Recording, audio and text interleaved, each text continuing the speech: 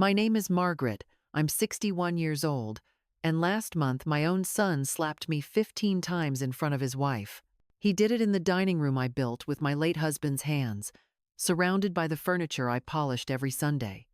Each slap was followed by her laughter, a sound that cut deeper than the pain itself. They thought I was powerless, that I had nowhere else to go. But what they didn't know was that the house they humiliated me in was still mine. Stay tuned and support this channel for more real stories like mine. That Sunday had started like any other. The morning sun filtered through the lace curtains, casting soft golden patterns on the kitchen walls. I had woken early, as I always did, to prepare lunch for my son Daniel and his wife Melissa. It was supposed to be a peaceful day, one of those rare moments when families gather, eat, and share simple laughter. I had made his favorite chicken pot pie with extra thyme, just the way he used to love it when he was little. Back then, he'd sit on the counter, swinging his tiny legs, watching me cook and asking if angels ate food too. That memory felt like another lifetime. Now, Daniel was 39. His face had hardened with the years, his smile replaced by a constant tension that never seemed to leave him.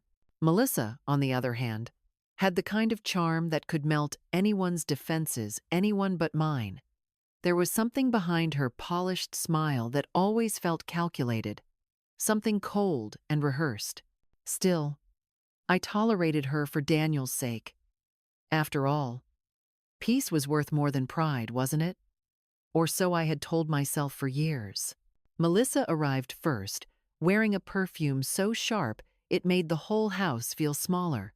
She carried a store-bought cake, the cheap kind with too much frosting, and placed it on the table as if it were a peace offering. "For you, Mother Margaret," she said with that brittle smile. "Thank you, dear," I replied, even though I could see the mocking glint in her eyes. She knew I didn't eat sweets because of my diabetes. She knew it well. Daniel arrived 30 minutes later, slamming the front door so hard the frames on the wall rattled. His jaw was tight, his movements quick and sharp. "Rough day?" I asked gently. He didn't answer. He tossed his keys onto the counter and sank into the chair like a storm ready to break. I wanted to say something comforting, but over the years I had learned that silence was often safer than sympathy. We began eating in uneasy quiet. The clinking of forks against plates echoed through the room.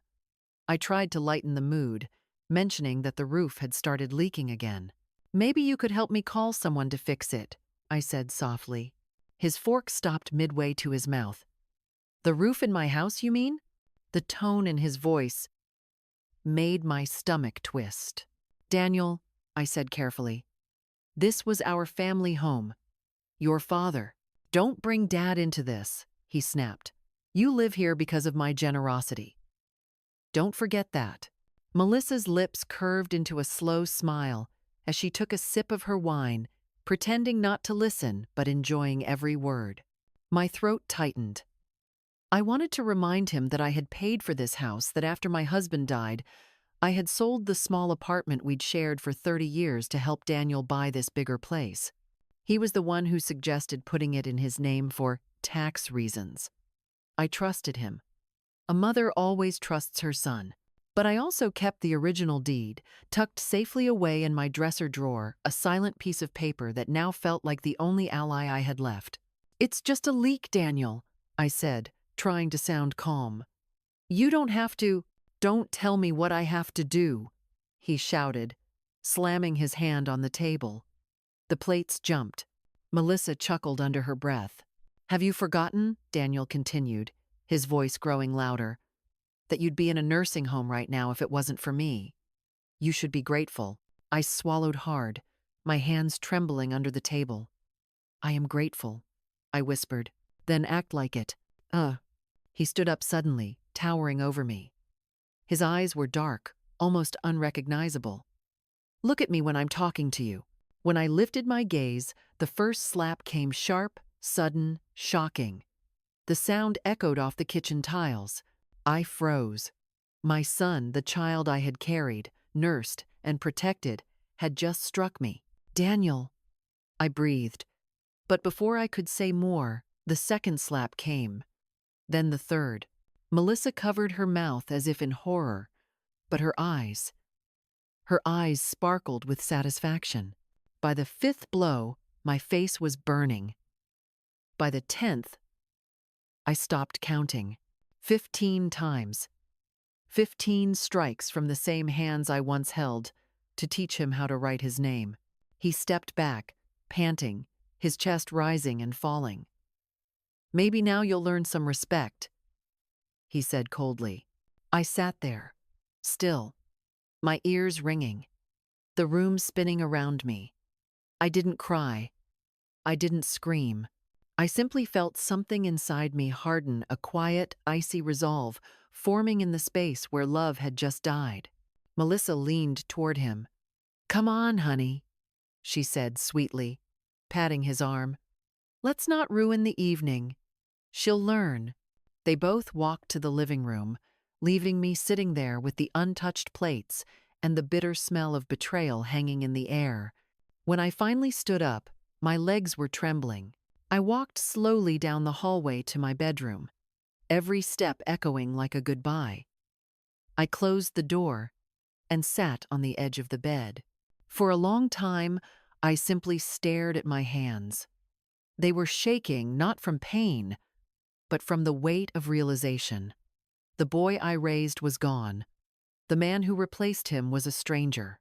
I touched my swollen cheek and let the tears fall silently. They weren't tears of weakness anymore. They were tears of clarity. That night, as I lay awake, I remembered the drawer in my dresser, the one where I kept the old folded piece of paper. The house deed, still under my name.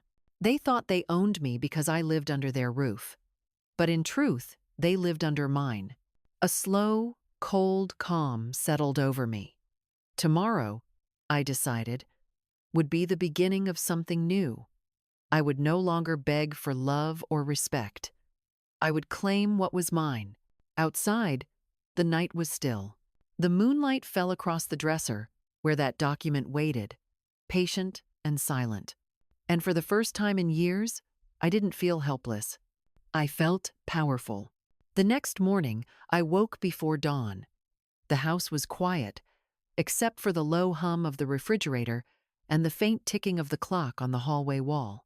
My face still throbbed from the blows, and when I looked in the mirror, I hardly recognized the woman staring back at me. My left cheek was purple and swollen, and the skin under my right eye had turned a faint shade of blue. But beneath the bruises, something else had changed. My gaze was no longer soft or pleading. It was steady, cold. I moved quietly through the house, careful not to make any noise. I knew Daniel and Melissa would be asleep for at least another hour before getting ready for work. My heart was pounding, but not from fear. It was from purpose. In the dim light, I opened my dresser drawer and took out the small brown folder that had been waiting there for years. Inside it, perfectly preserved in its plastic sleeve, was the deed to the house, the original document in my name. I ran my fingers over my late husband's signature and whispered, "We built this together, Robert. I won't let them destroy it." For the first time since that awful night, a flicker of peace touched me. I wasn't powerless. I had proof. I had leverage. I dressed simply dark pants, my old navy coat, and the flat shoes that had carried me through decades of hard work. I waited until I heard the sound of Daniel's footsteps upstairs, then the shower running, then the front door slamming as he left. A few minutes later, Melissa's heels clicked across the wooden floor and then faded as she too left for work. I waited another half hour to be sure. Then I took the folder, slipped it into my purse, and stepped out through the back door. The air outside was cold and sharp, but it woke me up in a way no coffee ever could. I walked 3 blocks through the quiet Georgetown streets until I reached a familiar small brick house with a white porch and a crooked mailbox. The nameplate still read, "George Patterson, Esquire, Ret."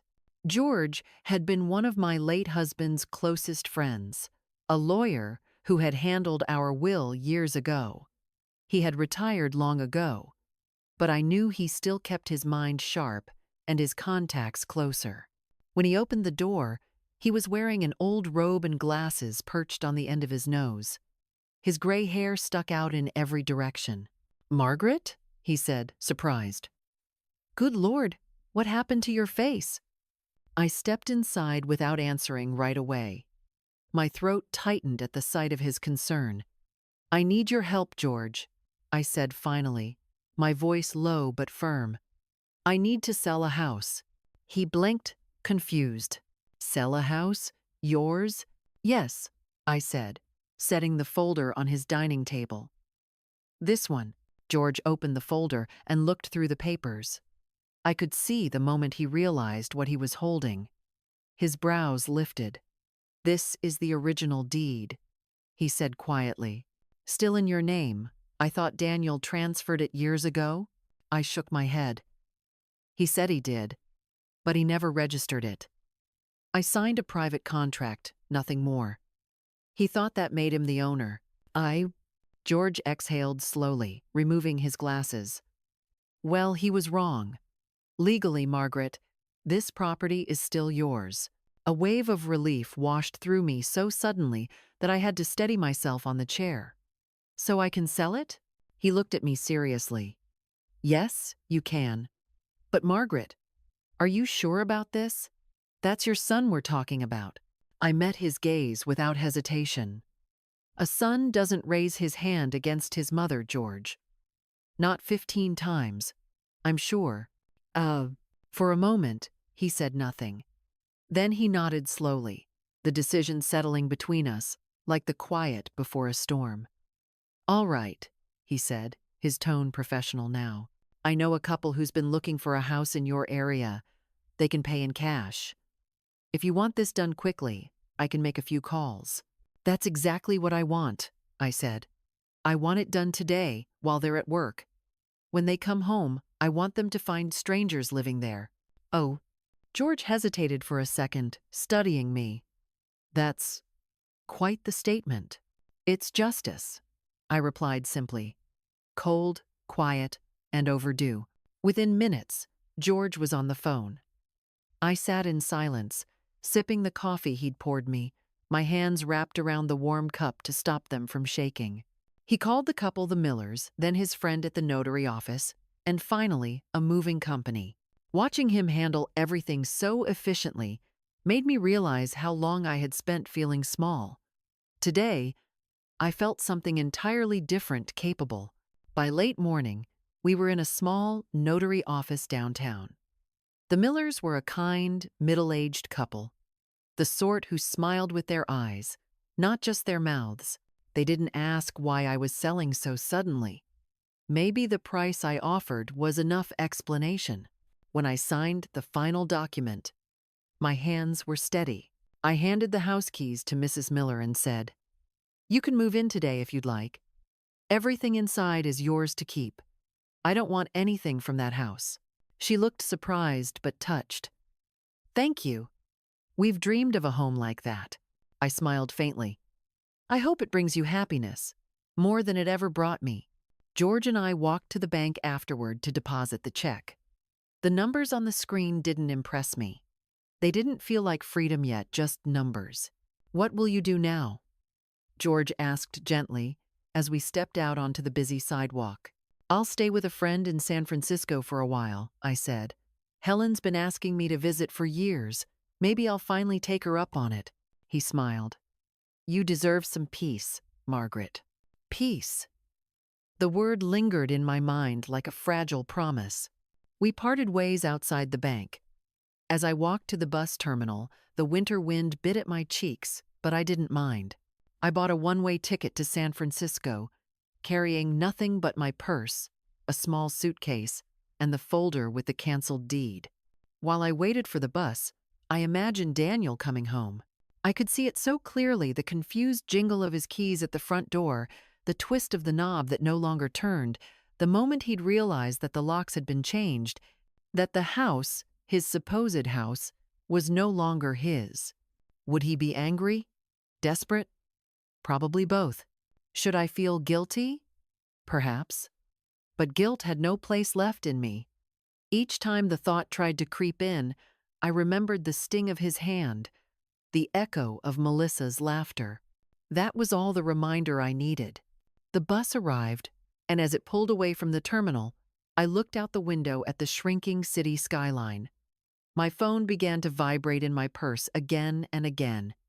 Daniel, then Melissa, then Daniel again. I didn't answer. I turned the phone off, watching the gray sky stretch over the horizon as we headed west.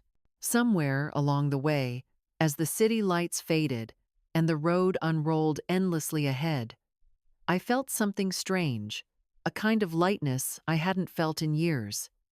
It wasn't joy, not yet, but it was freedom. By the time we reached San Francisco, night had fallen. The terminal lights glowed warmly through the mist, and I spotted Helen waiting near the entrance, waving frantically. "Margaret," she called, rushing toward me. Her embrace was warm and familiar, the kind that reminded me I still belonged somewhere. But when she pulled back and saw my face, her smile faltered. "Oh, honey, what happened?" "My son," I said simply.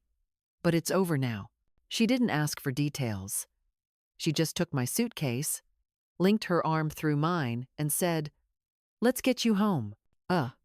As we drove through the winding streets to her small house overlooking the bay, I gazed out the window, the city lights reflecting on the water like scattered stars. For the first time in years, I allowed myself to breathe, really breathe. The air felt cold, but it was clean, untainted by bitterness or fear. That night, as I lay in Helen's guest room, I thought about the house I had left behind, the one where my son's voice still echoed in my mind. Somewhere, Daniel was probably shouting, demanding explanations, calling lawyers. Let him. My war was over. And for the first time in decades, I had won. Helen's house sat on a quiet hill, overlooking the fog-covered bay. A small white cottage, surrounded by lavender bushes and wind chimes that sang softly whenever the breeze passed through. It was peaceful, almost too peaceful at first, as if the stillness itself reminded me of all the noise I had left behind. For the first few nights, I couldn't sleep properly. I would wake up in the dark, startled by the sound of the waves, my heart pounding as though Daniel's voice might erupt from the silence. Helen tried not to push me, but she was observant, in that gentle way only old friends could be. She had been my neighbor decades ago, before I sold my apartment to help Daniel buy his so-called dream home. Life had taken her west, where she had remarried, then lost her second husband a few years earlier. Now she lived alone, with a calico cat named Maisie, and a heart big enough to shelter anyone who needed warmth. The morning after I arrived, she made pancakes and poured me a cup of strong black coffee. "You look like you haven't slept in weeks," she said softly. "I haven't," I admitted, tracing the rim of the mug with my finger. "I keep replaying everything. His face, the sound of it." Helen reached across the table and put her hand over mine. "You did what you had to do. Don't let guilt creep in, Margaret." He made his choices. I nodded, though a part of me wasn't convinced. A mother's heart never stops making excuses for her child, even when it shouldn't. We spent the next few days talking in fragments, stories about our younger years, about how different the world had felt when our husbands were still alive, about recipes and books, and the small things that had once filled our days. But every conversation seemed to end in the same quiet sigh, the acknowledgement that time changes people, sometimes into strangers we wish we'd never met. On the third night, Helen convinced me to go for a walk along the pier. The air was salty, the fog rolling in slow and thick. Seagulls screamed above us, their wings ghostly white against the dimming sky. I clutched my coat tighter and asked the question that had been burning in my chest since the bus ride. "Do you think there's something broken in me, that I could raise someone like that?" Helen stopped walking. "No, Margaret. There's something broken in him. You gave him love, stability, everything you could. What he did was his choice, not your failure. Her words should have comforted me, but instead, they made me ache. Because deep down, I couldn't help but wonder if love itself had made me blind. That night, as I lay in the guest bed, I turned my phone back on for the first time since leaving. The screen lit up with over 50 missed calls and dozens of messages, Daniel's name appearing again and again like a haunting rhythm. The first few were filled with rage. How could you do this? You stole my house. You'll regret this, Mom. But then they shifted. The tone changed from fury to confusion, then to desperation. Mom, please call me. Melissa left. She took everything. Oh, I didn't mean to hurt you. Please answer. I'm sorry. I swear, I didn't know what I was doing. I stared at the messages until the screen dimmed. My thumb hovered over the call button for a moment, and then I turned the phone off again. I couldn't let him pull me back into that world. Not yet. Maybe not ever. The next morning, Helen found me sitting on the porch, wrapped in a blanket with an untouched cup of tea beside me. He called, didn't he? She asked. Many times. And you didn't answer. No. I sighed. He's not sorry for what he did, Helen. He's sorry for what he lost. Helen nodded slowly. Then don't give him back the power to hurt you. Those words stuck with me. Power. I had given Daniel power all my life over my choices, my peace, even my happiness. But that was over now. During the following weeks, I began to rediscover small pleasures I had long forgotten. Helen's garden became my refuge. Every morning, I'd tend to her flowers, pruning the roses, trimming the lavender, feeling the soil between my fingers. The rhythm of it was healing, grounding. The scent of damp earth and salt air wrapped around me like a balm. Some evenings we would sit on her porch swing, watching the sunset fade into streaks of orange and violet. You know, Helen said one evening, you could stay here as long as you want. There's no rush to decide what comes next. But I already knew I wouldn't stay forever. I could feel the restless pull inside me, the need for something truly mine. I had spent 61 years belonging to everyone else, a daughter, a wife, a mother. I wanted to know what it meant to just be Margaret. One night, after Helen went to bed, I sat in the living room with my old laptop, scrolling through listings, small homes, cottages, country houses, and then I founded a modest ranch property just outside of Austin, Texas. Half an acre of land, a small stream running through the back, and a porch that faced the sunrise. The photos weren't impressive, but something about it called to me. It wasn't luxury. It was peace. The next morning, I showed Helen. I think I found where I want to start over. She studied the photos, then looked up at me, smiling softly. It looks perfect, just big enough for your heart to stretch out again. I don't even know if I can manage a place like that alone. End of 2. Yes, you can, she said, squeezing my hand. You already survived the hardest part. A week later, after a few calls with George to handle the legal and financial side, the property was mine. Just like that, signed, sealed, and truly mine. When Helen drove me to the airport, she hugged me tightly, refusing to let go for a long moment. Call me when you arrive, all right? I will. And Margaret, don't look back. The flight to Texas felt surreal. As the plane cut through the clouds, I watched the landscape shift from the misty blues of the coast to the golden brown fields of the south. My heart was a knot of fear and excitement, two emotions I hadn't felt together in a long time. When I finally reached the ranch, the real estate agent handed me the keys with a warm smile. Welcome home, Mrs. Walker. Home. The word made my throat tighten. The house was small but cozy. 2 bedrooms, a creaky wooden floor, a kitchen that smelled faintly of cedar. The previous owner, an elderly widower, had left behind some furniture and even a few potted plants by the window. Outside, The land stretched in soft rolling hills. The stream shimmered like liquid silver in the afternoon Sunday. I stood there on the porch, the wind brushing against my face, and whispered, "I'm free." That night, I slept soundly for the first time in months. The next morning, I woke to birdsong. Real birdsong, not the sound of sirens, not the clatter of dishes, not the echo of angry voices. Just life, simple and unhurried. I made myself coffee and stepped outside barefoot, feeling the dew-soaked grass under my feet. For once, the quiet didn't frighten me. It felt like a friend. Over the next few days, I began to build a rhythm. I unpacked my few belongings, bought some groceries from the small town nearby, and met a few locals, friendly, curious people who didn't pry. To them, I was just Mrs. Walker, the new lady who bought the old ranch. No one knew my story, and for now, that was how I wanted it. But at night, when the crickets sang and the house grew still, my mind would sometimes drift back. I would wonder if Daniel had found another place to live, if he was still angry, if Melissa had truly left him for good. Those thoughts came like passing shadows, faint and fleeting. I didn't push them away completely. I just let them pass, like clouds across a calm sky.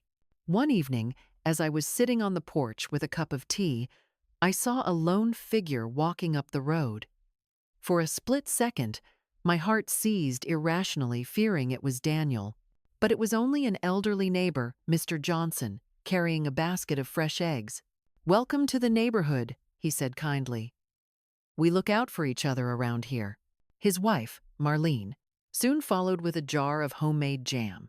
We chatted for a while, and when they left, I felt something warm settle inside me. Belonging. That night, I wrote in my journal for the first time in years. "I thought revenge would taste bitter," I wrote, "but it tastes like peace." As the moon rose over my new home, casting soft light through the window, I realized that this was what healing looked like, not forgetting, not pretending the pain never happened, but learning to live beautifully in spite of it. And for the first time since that night at Daniel's house, I smiled, not out of politeness, not out of habit, but from the quiet joy of simply being alive. The weeks after moving into the ranch unfolded like a soft, unfamiliar dream. Each morning, I woke to the same symphony, the rooster crowing from the neighbor's farm, the rustle of wind through the pecan trees, the distant hum of life beginning again. I would brew coffee, sit on the porch wrapped in a shawl, and watch the sun rise above the hills. There was something sacred about those early hours, quiet, still, untouched by memory. I had started planting small things, tomatoes, herbs, a few flowers by the front steps. The soil was rough and dry at first, but with time and care, it began to soften. Watching the first green shoots push through reminded me of myself, fragile, uncertain, but alive. My days settled into a gentle rhythm. I'd spend mornings tending the garden, afternoons exploring the trails that wound behind the property, and evenings reading by the fire with a cup of chamomile tea. Sometimes I would write in my old notebook, not about Daniel or the past, but about what I saw, what I felt, and what I hoped to build. Writing, for the first time, wasn't about pain. It was about rediscovering my own voice. The Johnsons, my nearest neighbors, had become dear friends. Mr. Johnson brought me fresh milk every Monday, and his wife, Marlene, would stop by with homemade biscuits and gossip about the small town nearby. They treated me like family, without ever prying into why a woman my age had suddenly bought a ranch alone. It was a kindness I didn't know how to repay, except by offering my company, my cooking, and my gratitude. "You've got a good soul, Margaret," Marlene told me one afternoon as we sat shelling peas on the porch. "You remind me of my sister, always giving too much of herself to others, but you've got that quiet strength too. I can see it in your eyes." Her words warmed me in a way I hadn't expected. For years, I'd been invisible even to myself. But here, surrounded by the hum of crickets and the scent of fresh earth, I was beginning to feel seen again. By the third month, I had stopped checking my phone entirely. It lay forgotten in a drawer, turned off, buried beneath old letters and receipts. I had promised myself that if Daniel truly wanted to make amends, he would find a way to show it, not with words, but with time. Until then, I owed him nothing. Then, one quiet Thursday morning, the past came knocking. I had been out near the back field, trimming the wild grass by the fence, when I saw a car turning down the long dirt road that led to my house. My first instinct was to think it was a delivery truck, or maybe Mr. Johnson coming early with his usual groceries.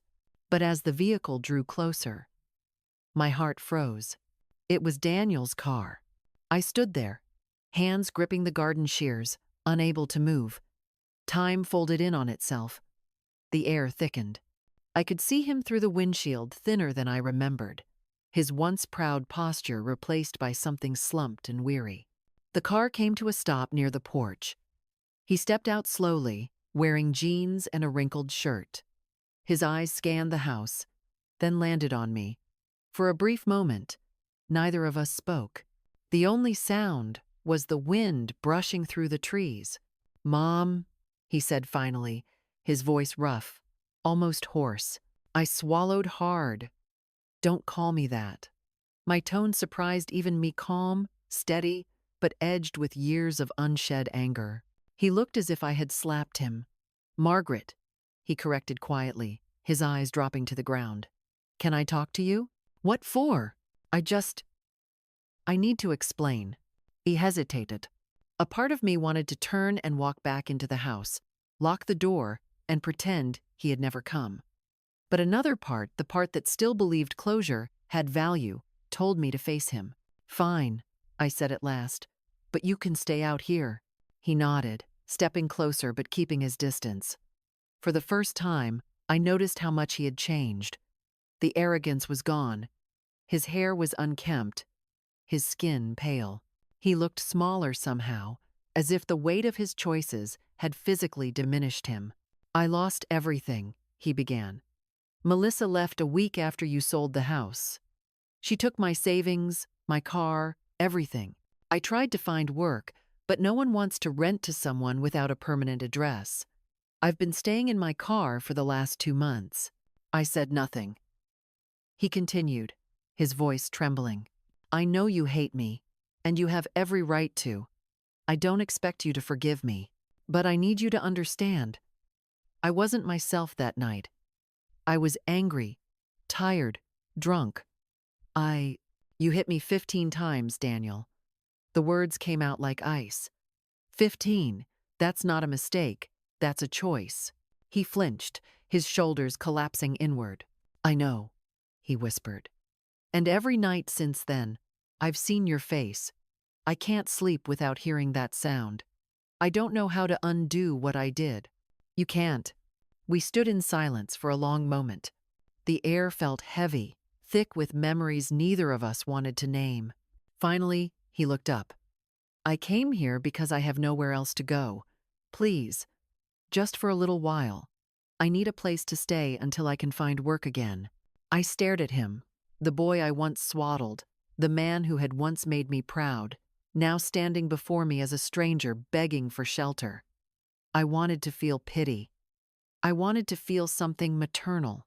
But what I felt, instead, was an old, quiet strength. "No," I said softly. His eyes widened. "What? You heard me. No. You're 39 years old. You're not helpless. You made your choices, and now you live with them, just like I did. Please, Mom, don't." My voice cut through the air like a blade. "You lost the right to call me that when you raised your hand against me." He blinked rapidly, his breath hitching. "So that's it? You're just going to abandon me?" "I didn't abandon you, Daniel. You abandoned yourself the moment you forgot what respect means." His jaw clenched, and I saw the faint spark of anger flare in his eyes again. "You have no heart," he spat. "You sold my house." "It was my house," I interrupted, my voice rising for the first time. "My house, my money, my years of work. You took everything I had and still thought you could take more, but not anymore." He stared at me for a long, trembling moment. Then he said, bitterly, "You'll die alone out here." "Maybe," I said, my voice calm again, "but I'd rather die alone in peace than live surrounded by cruelty." For a moment, I thought he might lunge forward, say something crueler, but he didn't. Instead, he turned abruptly, stormed to his car, and slammed the door. The tires kicked up dust as he sped down the road, leaving nothing but silence and the faint echo of his engine behind. When the sound finally faded, I let out a shaky breath I hadn't realized I was holding.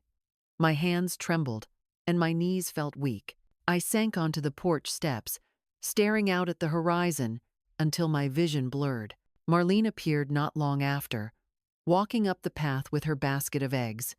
She took one look at me and gasped, "Margaret, are you all right?" "Who was that?" "My son," I said quietly. "He found me." She sat beside me without a word, setting the basket down. For a while, we just sat there together, watching the last light of the sun dip behind the trees. "You did the right thing," she said softly after a long silence. "Why doesn't it feel like it?" I whispered. "Because you're a mother," she said simply. "And mothers never stop caring, no matter how much they've been hurt. But caring doesn't mean surrendering." That night, I lay in bed, listening to the steady hum of the crickets. Sleep didn't come easily. My mind kept replaying the look in Daniel's eyes before he left, part anger, part regret, part something I couldn't name. Was he capable of changing? Maybe. But it was no longer my responsibility to find out. As dawn broke, light filtered softly through the curtains. I rose, washed my face, and stepped outside. The air was cool and clean, carrying the scent of wet earth and new beginnings. I took a deep breath and whispered to myself, "You're safe now." Because for the first time, I truly was.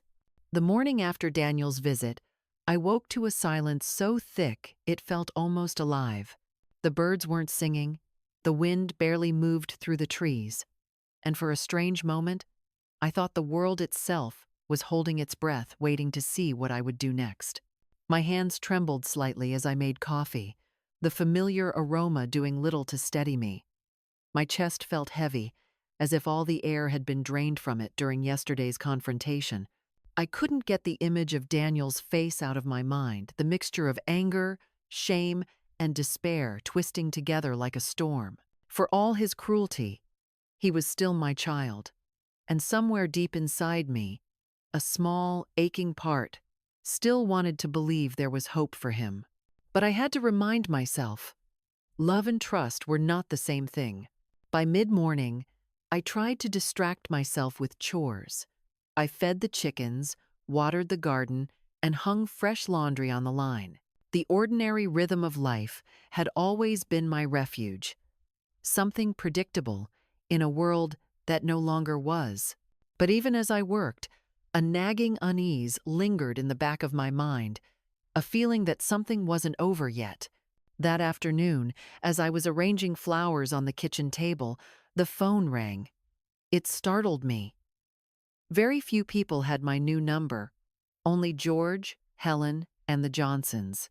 My heart quickened as I picked up the receiver. Margaret Walker speaking. Olivia," a familiar male voice said, though older, rougher. "It's George." Relief washed over me. "George, thank goodness. I was just thinking of calling you." His tone was measured, careful. "I wish I were calling with good news. Your son came to see me." I froze, gripping the edge of the counter. "Daniel?" "Yes. He's angry. He says you tricked him, that you weren't in your right mind when you sold the house." I closed my eyes, taking a long, slow breath. "He's going to try to sue me, isn't he?" "That's what he said," George confirmed. "But don't panic. Legally, he doesn't have a leg to stand on. The deed was in your name, and you were of sound mind when you signed the sale. I kept copies of all the documents and the notary statements. You're completely protected." Then why do I feel so terrified? I whispered. Because he's your son, George said gently. You've spent a lifetime forgiving him, protecting him, hoping he'd change. Now, you're protecting yourself, and that's a new kind of courage. I sat down slowly, the weight of his words sinking in. I don't want to live in fear again, George. You won't, he assured me. But be careful. Desperate people can do foolish things. Keep your doors locked. Don't open them unless you know who's there. And if anything feels wrong, call the sheriff. After we hung up, I sat in silence for a long while, staring at the cup of tea I hadn't touched. Fear crept up my spine like an old ghost, familiar, unwanted, persistent. I hated that he could still reach me this way, even from miles away. That evening, Marlene stopped by with her husband. She took one look at my face and frowned. Something's wrong, isn't it? I hesitated, then nodded. Daniel's trying to sue me, Mr. Johnson whistled low. Over the house you bought with your own money? That boy's out of his mind. He's angry, I said quietly. He wants to punish me for standing up to him. Marlene reached across the table and covered my hand with hers. He can't hurt you anymore, Margaret. You're safe here. We'll make sure of it. Her words were a balm I didn't know I needed. For the first time in years, I didn't feel alone. The next few days passed in uneasy quiet. Every sound outside made me flinch a car passing down the dirt road, a door creaking in the wind, even the cry of a crow on the fence post. I told myself I was being paranoid, that Daniel wouldn't dare show up again. But the fear lingered like the faint scent of smoke long after a fire's gone out. Then, late one night, the phone rang again. My heart leapt. For a moment, I considered letting it ring, but something told me to answer. Hello? Margaret. George's voice came again, calm but firm. You can relax. He dropped it. It took me a moment to understand. The lawsuit? Yes, I spoke to his lawyer this afternoon. Apparently, they all told him the same thing: he has no case. He'd lose everything, and it would cost him what little money he has left. So, he gave up. The relief that flooded through me was so overwhelming I had to sit down. It's over? For now, yes, George said. He's renting a small place in Houston.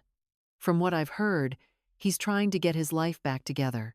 I exhaled slowly, tension leaving my body like a long sigh. Thank you, George, for everything. He paused. Margaret, may I say something? Of course. You've shown more strength than most people ever find in a lifetime. Don't let fear steal that from you. He may be your son, but you don't owe him your peace. Tears welled up in my eyes, silent and uninvited.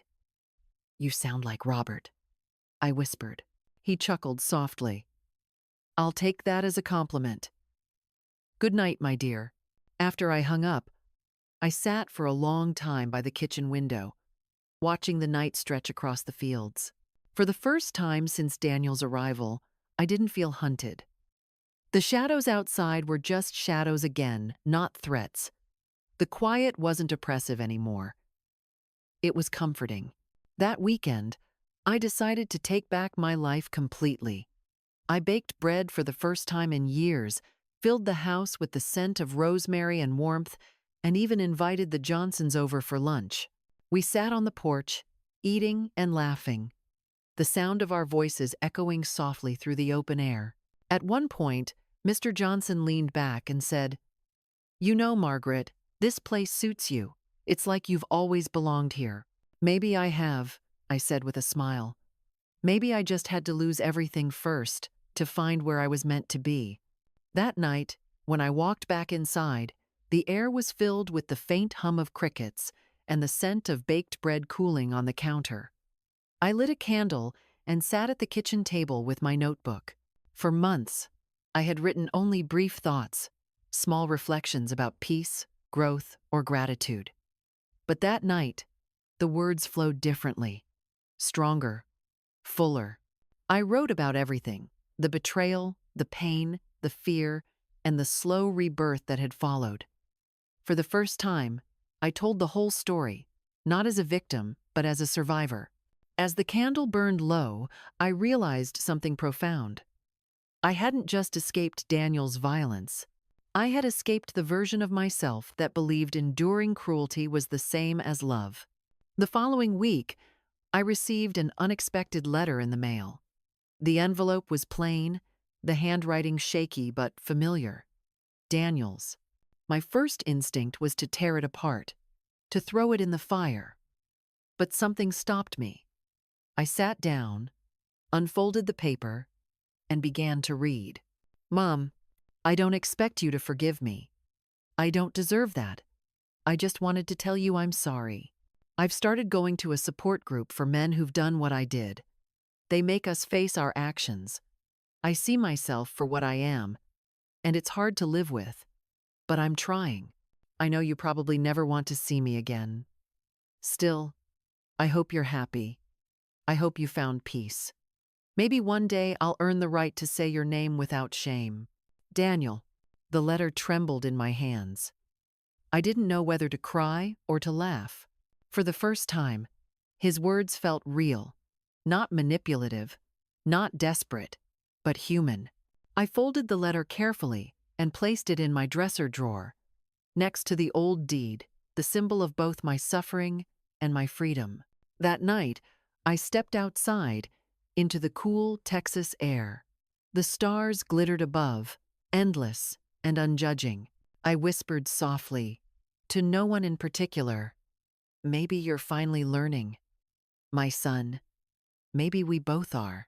The breeze carried the words away, scattering them across the dark horizon. And for the first time, I didn't look back. Months passed, and with them, the raw sting of memory began to fade into something softer, like an old scar that only ached when the rain came. The ranch had become my sanctuary, my small piece of the world untouched by cruelty or fear. The days flowed easily now, one into another. Morning coffee on the porch, gardening in the warmth of the Texas Sunday, evenings spent writing in my notebook with the hum of cicadas outside the window. One morning, as I was collecting eggs from the henhouse, I found a letter in the mailbox. The handwriting was unfamiliar, neat and elegant. Inside was a note from a woman named Matilda, the director of a women's shelter in Austin. She had somehow read my story, not my journal version, but the short essay I'd written months earlier, and quietly submitted to a local newspaper under a pseudonym. Her words were warm and earnest. Dear Mrs. Walker, your story reached our shelter last month. We've read it aloud to some of the women here. Mothers, daughters, grandmothers, all of them trapped in silence until they heard about you. You have no idea what your courage has done for them. Would you consider visiting us sometime? I believe your voice could help others find their own. With gratitude, Matilda. I must have read that letter a dozen times. The idea of speaking publicly terrified me. But there was something in Matilda's words that stirred something deep inside me, a sense of responsibility, maybe even purpose. For the first time, my pain wasn't just a private wound. It could be a light for someone else. When I told Helen about it over the phone that evening, she was thrilled. Of course you should go, she said. If your story helped one woman escape the kind of life you did, then it's worth it. I don't know if I'm ready, I admitted. Helen's voice softened. You don't have to be ready, Margaret. You just have to be honest. 2 weeks later, I drove to Austin. It was a bright, cloudless day. The shelter was a modest 2-story building, painted a cheerful shade of yellow, with a small garden in front, filled with wildflowers. Matilda met me at the door, a tall woman in her 60s, with kind eyes and silver-streaked hair tied back in a bun. Mrs. Walker, she said warmly, taking my hands. Thank you for coming. Please, call me Margaret. She led me through the building's small bedrooms, a shared kitchen, a playroom for children. Women of all ages moved quietly through the halls, some avoiding eye contact, others offering tentative smiles. I recognized something in their faces, that same mixture of exhaustion and fragile hope I once saw in the mirror. We gathered in a small common room where a dozen women sat in a circle. Matilda introduced me and explained briefly who I was. I felt their eyes on me, curious, cautious, expectant. I took a deep breath and began to speak. At 61, I said, my voice trembling at first. I thought my life was already written. I thought I was too old to start over. I was wrong. I told them everything. The years of sacrifice, the humiliation, the night my son's hand struck me for the first time, and the cold decision that changed everything. As I spoke, the fear melted away. The words poured out of me like water bursting from a cracked dam. When I finished, the room was silent. Then a young woman with bruises, still faintly visible on her arms, raised her hand. "How did you find the strength to leave?" she asked softly. "I didn't find strength first," I said. "I found dignity. Strength came later, after I realized I deserved better." Another woman, older, whispered, "Did you forgive him?" That question lingered in the air. I thought of Daniel's letter in my drawer, his shaky handwriting, his confession. "I don't know if forgiveness is the right word," I said finally. "I understand now that he's trying to change, and that's enough for me. But forgiveness doesn't mean forgetting. It just means I no longer let what he did define who I am." After the session ended, several women hugged me, some crying openly. Matilda stood near the door, her eyes glistening. "You have a gift, Margaret," she said. "You make people believe again." On my drive back to the ranch, I felt lighter, not because I had erased the past, but because I had given it purpose. That night, I opened my notebook and wrote the words that would later become the title of my book, Starting Over at 61. I wrote every evening for months, pouring everything I'd learned into those pages, not as a confession, but as a guide. I wrote about silence and survival, about finding strength when no one believes in you, about the quiet revenge of living well. When I sent the finished manuscript to Helen, she passed it to a friend who worked for a small publishing house in San Francisco. To my surprise, they wanted to publish it. "Your story," the editor said over the phone, "isn't just powerful, it's necessary. There are women everywhere who need to know it's not too late." Andrew Crand. 6 months later, I stood in a small bookstore in downtown Austin for my first book signing.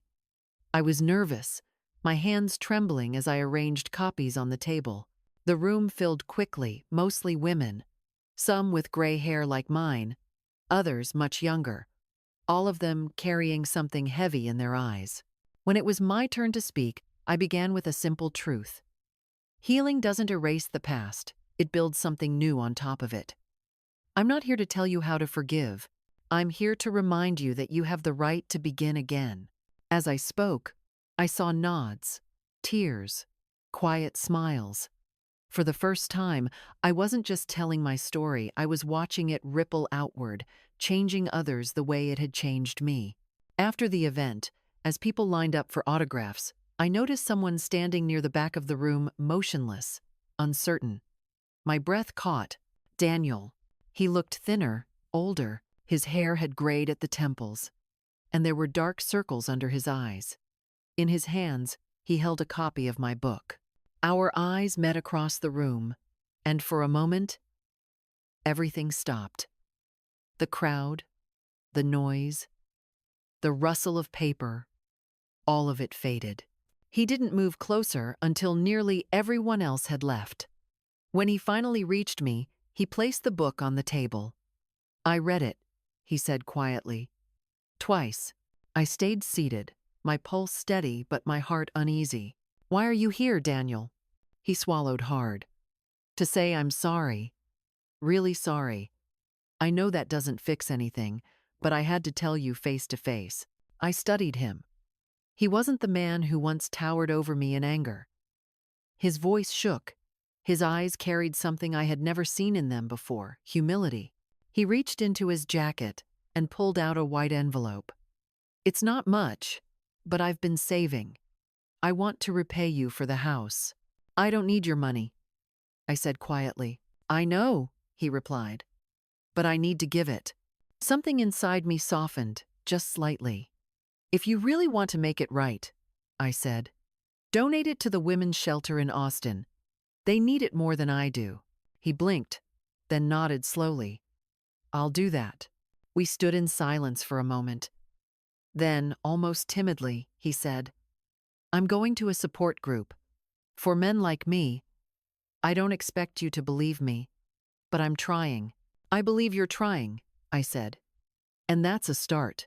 Oh, he looked up, surprised by my calm. You're different, he said. I am, I replied. Because for the first time in my life, I chose myself. He nodded, his eyes glistening. I'm glad you did. You deserve to be happy. He turned to leave, but paused at the door. Goodbye, Mom. The word hit me like a whisper carried on wind, gentle, uncertain, but no longer heavy.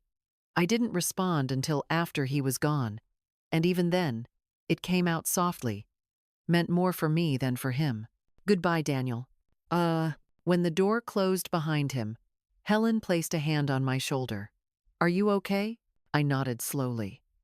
Yes? For the first time, I think I am. That night, back at the ranch, I sat on the porch watching the stars. Popcorn, the caramel-colored stray dog I'd adopted weeks earlier, lay at my feet, snoring softly. The Texas night hummed with the sound of cicadas and distant frogs. I opened my notebook one last time and wrote, Forgiveness is not a gift for others. It's the freedom we give ourselves. I closed the book, leaned back in my chair, and let the cool night air wash over me. The past no longer hurt. It had simply ended. If there's one thing I've learned through all of this, it's that pain has a strange way of teaching us who we really are. For so many years, I thought being a mother meant sacrificing everything: my time, my voice, even my dignity. I believed that if I just kept giving, love would eventually come back to me. But love doesn't grow in the shadows of silence. It grows in the light of respect. When Daniel raised his hand against me, he didn't just break my trust, he shattered the illusion that love without boundaries can survive. And as painful as that night was, it became the beginning of my rebirth. Because sometimes, the moment you think your story is ending is the moment it finally begins. I want every woman who hears my voice to know this. You are not too old to start over. You are not too broken to heal. You are not too late to choose yourself. Whether you are 20, 40, or 61, it is never too late to take back the pen and rewrite your story. Strength is not the absence of fear. It's the decision to stand anyway, trembling, uncertain, but standing all the same. I didn't wake up one day brave. I woke up tired, tired of hurting, tired of being small, and that exhaustion became my courage. Today, I live in peace. The air smells of rosemary and rain. The sun rises gently over my porch, and sometimes I catch myself smiling for no reason at all. I've learned that forgiveness is not about erasing the past. It's about freeing yourself from it, about letting the wound close, even if the scar remains. And when I look back on my journey, I don't see a victim anymore. I see a woman who survived, who rebuilt, who found her voice again, and who finally learned that loving herself was not selfish, but sacred. If my story has touched you, if it made you think, or helped you breathe a little easier, stay with me. There are more stories to tell, more hearts to heal, more reminders that you are not alone. So take a deep breath, and don't forget to support this channel. So together, we can keep sharing the kind of stories that remind us all it's never too late to begin again.